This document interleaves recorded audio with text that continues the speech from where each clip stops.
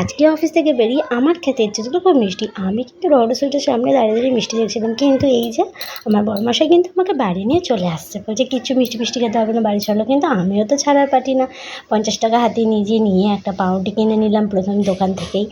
তারপরে মনে মনে ভাবছি পাউরুটির সাথে আরও কিছু লাগবে, তারপরে চলে এলাম দুধের দোকানে, দুধটা কিনে নিলাম।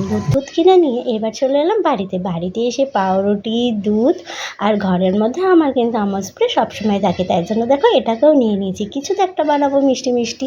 তো দেখি কি বানাই। তো কাটতে পাউরুটিগুলোকে কুচি করে কেটে নিয়েছি। এদিকে দুধটা কিন্তু গরম বসিয়ে দিয়েছি। এদিকে দেখো পাউরুটিটাকে ভালো করে দুধ দিয়ে মেখেও নিয়েছি, ঘিটিও দিয়েছিলাম, কারণ যেহেতু একা একা করছিলাম তাই জন্য সবটা দেখানো কমপ্লিট হয়নি, তাই তোমাদেরকে একটু বলে দিলাম। মাখার সময় কিন্তু একটু গুঁড়ো দুধও অ্যাড করেছিলাম আমি। তারপরে দেখো কীরকম গোল্লা পাকিয়ে নিয়েছি, পুরো রসমালাই বানাচ্ছি, এবার নিশ্চয়ই তোমরা বুঝতে পারছো। তো দেখো আমার এদিকে দুধের কিন্তু ভালো করে একটা সর পড়ে গেছে, আর হাতে নিয়ে নিয়েছি এলাচের খোলাটা ফেলে দিয়ে কিন্তু আমি নিয়ে নেবো হাতের মধ্যে এলাচের গুঁড়োটা, আর দুধটা আর গরম জল দিয়ে গুলবো বলে রেখে দিয়েছি। আর চিনিটা কিন্তু 1 কাপ পরিমাণ নিয়েছি। দেখো দুধটা গোলা আমার কমপ্লিট হয়ে গেছে।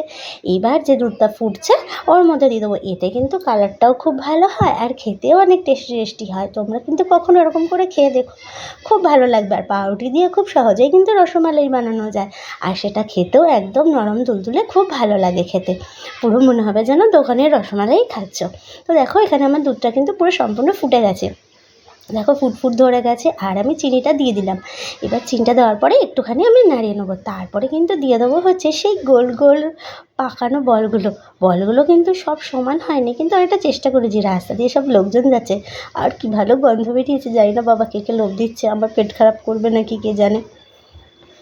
এদিকে দেখো এলাচের খোলাগুলো কিন্তু আমি ফেলে দিয়েছি, আর এলাচের দানাগুলো নিয়ে নিয়েছি। এবার দুধের মধ্যে ওগুলোকেও অ্যাড করে দেবো, দিলে কিন্তু এই বাড়িতে সুন্দর গন্ধটা ছাড়ার পালা গো। আর ওই যে পাউরুটির সাইডের অংশগুলো দেখো আমি রেখে দিয়েছি, ওগুলো দিয়েও কিন্তু আমি কিছু বানাবো বলেই রেখে দিয়েছি, ফেলে দেওয়ার কোনো জিনিসই নয় গো। এবার দেখো বলগুলো কিন্তু আমি সব দুধের মধ্যে দিয়ে দিলাম, দিয়ে এবার একটু খানিক্ষণের জন্য ফোটাতে দেবো। এবার একটু ভালো করে ফুটে গেলেই দেখো আস্তে আস্তে কিন্তু বলগুলো বেশ সাইজে বেড়ে যাচ্ছে, আর একটু নরম না হলে তো খাওয়া যাবে না। আমি গ্যাসটাকে এবার অফ করে দিলাম। দেখো এবার এটাকে রেস্টের জন্য রেখে দেবো খানিক্ষণের জন্য। তাই রেস্টে রেখে এবার আমি কী করি, অনেকক্ষণ হয়ে গেছে আর তোমার মন ভরছে না, গরমে ঘেমে নিয়েও গেছি, কিন্তু এবার তো খেতে দেখতে হবে, সুন্দর একটা খাবার হয়েছে। তাই জন্য আমি একটু বাটি নিয়ে ভাবছি একটু খেয়েই নিই, জিভে জল চলে এসছে আমার।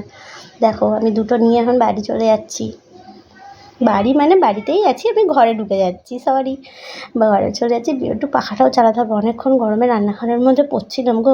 একটু মিষ্টি খেতে গিয়ে কী হাল হলো আমার। দেখো ঘরে এসে ফ্যানটা চালিয়ে দিয়ে বসলাম, বসে এবার একটু ভালো করে ফুটো দিয়ে এবার একটু খেতে হবে, নাহলে যে আমার জিভটাই পুড়ে যাবে।